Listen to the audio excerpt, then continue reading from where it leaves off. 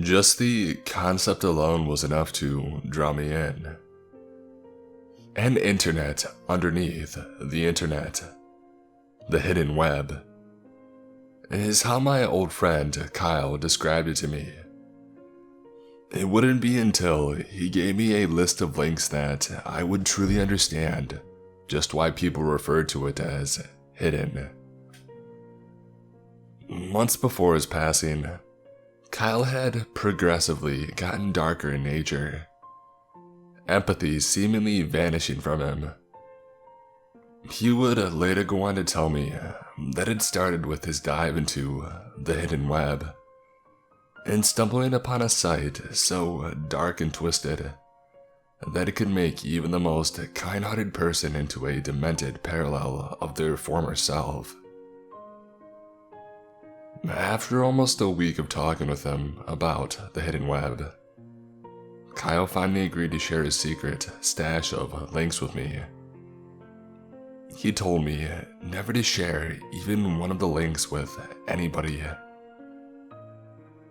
This statement made me uneasy about what I was getting myself into, but my curiosity was clawing at the edge of my brain, ready to jump out of my skull. I had to see things for myself. To do so, I would need to meet him the next day at the old library in the center of town. The next day, I was exhausted. I had stayed up until the early hours of the morning, scouring the internet for more information on this hidden web. I found videos talking about underground drug trade sites and people who claim to have first-hand experiences that scarred them for life. Hearing of these kinds of things might turn away a normal person, but I wasn't one of them. It was almost 9 when I arrived at the library. Kyle and our good friend Justin were waiting for me, sitting on a bench just outside at the front doors. Justin smiled, happy to see me, and got up to give me a hug. Kyle remained seated, but also seemed happy that I had arrived. We spent the morning hanging out, grabbing a bite to eat from our local coffee and bagel shop. From there, we made our way to what Kyle referred to as the nest. This was a wooden fort that we had built years ago, located in the woods behind the local supermarket. Upon reaching the nest, Justin and I noticed that Kyle had done some redecorating of sorts. What had always been just a plain wooden fort was now completely covered by black tarps. He said that he had been spending nights out there and didn't want any homeless people to stumble across the place. Unusual, yes, but it was clear that Kyle was troubled. We didn't want to interfere with his way of coping with whatever it was that he was going through. We all sat down on old chairs that I had found in the dump a while back. Kyle reached into his pocket and pulled out his phone. He opened his note app and asked if I was sure I wanted the list. I said that I was. He copied the list, pasted it into a text, and he sent it to me. He told me not to open it until I was ready to begin my dive into the endless cavern that is the hidden web. I agreed, and the text was sent.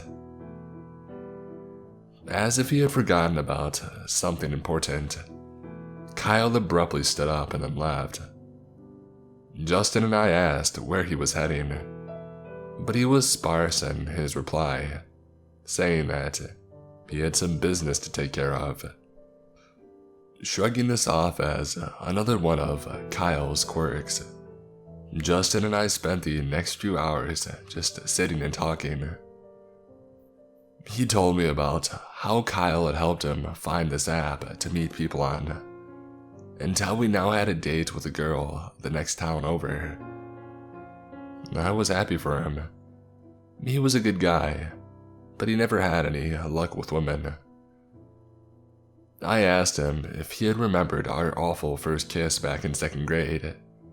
He laughed and gave me a love tap on the shoulder. Since then, him and I had become good friends. When I got home in the early afternoon, my mom was asleep on the couch. She had worked another double. I grabbed a blanket off the love seat and draped it over her to keep her comfortable. I made my way into the kitchen to grab a snack and headed up to my room to begin my journey into the uncharted waters of the hidden web. From videos that I had watched the night before, I learned that I had to download a special web browser. It was one of the few ways to access this part of the internet. As it installed, I opened up Kyle's text and quickly scrolled through the links. He had sent me a good 15 or so to peruse. After the install finished, I opened it up and entered in the first link on the list. It took a moment to load, but I was eventually greeted with a welcome page to an underground video share site. I spent a few minutes scrolling through the videos, looking for a good one to watch.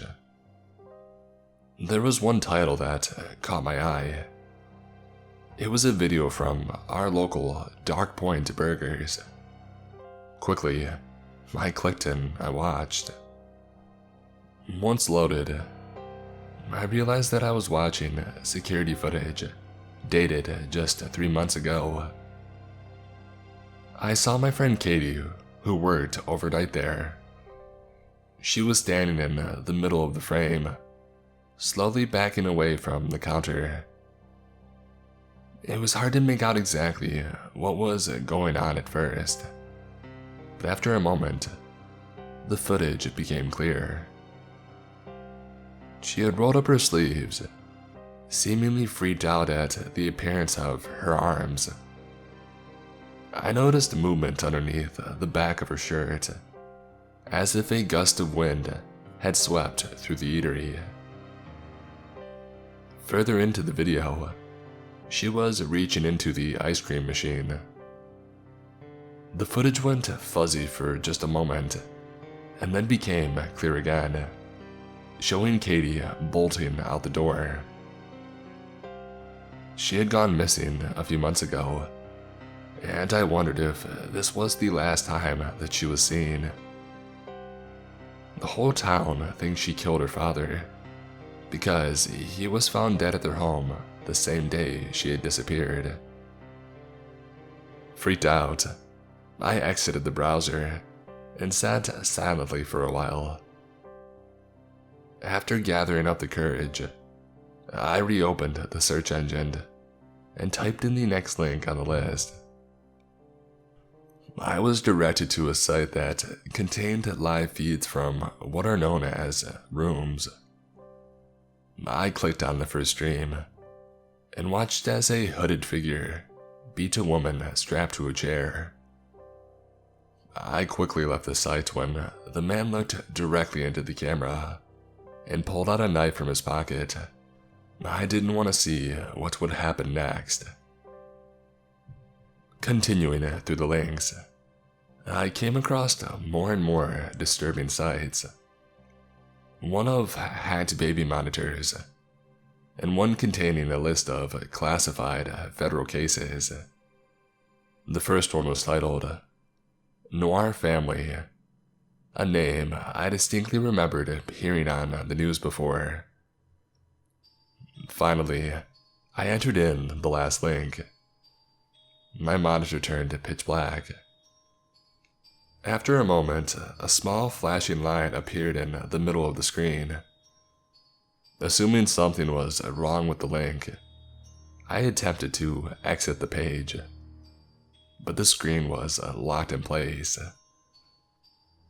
Words then began typing themselves out in front of my eyes. Hello, Jamie. We are the silence. We are the solitude. We few are many. And soon, you might finally wake up. Who was doing this? How did they know my name? 2 buttons appeared on the screen under the text. The one on the left read, Join. The one on the right read, Exit. Officially freaked out, I darted my cursor to the exit button. I was met with a small pop-up message informing me that exiting was not allowed. Random images appeared, too fast for me to focus on any single one. When it stopped, I was shown a live feed of myself. My webcam had been turned on. In horror, I tried to turn off my computer, but to no avail. It remained on no matter what I did. A demented lullaby then played through my speakers. I sat there for a moment, just listening to it, confused and anxious as to what was going on. At the end of the tune was a loud scream. Startled, I got up to run from the room. I heard what sounded like the front door of my house being kicked in. I screamed for my mom as I ran out. I heard her scream, along with the sound of a man telling her to shut up. When I finally reached the base of the stairs, she was being dragged out of the house. Another man stood, just staring at me, frozen at the bottom of the staircase. Who are you? What do you want? Where are you taking my mom? I shouted, dashing at the hooded man in front of me. I was met with his fist. I hit the floor hard and I passed out. When I came to, I was in what looked to be an abandoned warehouse. My hands were bound behind my back. I struggled, trying to get myself free, but couldn't. I looked around and found my mother tied up just a short distance away. I shouted to her, desperately trying to wake her. She remained unconscious. My ears rang, as if someone had clapped their hands right next to my head. With tunnel vision, I tried to scream, but couldn't even feel my vocal cords vibrating to make a sound. When my vision returned, a creature, whose appearance I cannot for the life of me remember, was floating above the ground just a few feet in front of me. Though its appearance escapes me, I do recall it staring at me, its eyes a bright, fiery orange. It held its hand to me, and I began to float too. My bonds became loose as I hovered towards the creature. It wrapped its hands around my face. The feeling was indescribable. Through its fingers, I could see a light emanating from within, something leaving my mouth, being absorbed by the beast. When this glow faded, I blacked out. When I came to a second time, I was at home in bed. Frantically, I hopped up and I scanned the room. Kyle was sitting on the chair in front of my computer. My mother was knocked out, laying on the floor next to my bed. I was still terribly afraid, but also angry at Kyle for what I had gone through. I shouted, begging him to tell me what the hell was going on. He stood up slowly, walked towards the door of my bedroom, and he looked at me. When he spoke, it was with no emotion. We few are many, and soon you might finally wake up. Congratulations, you survived the first trial.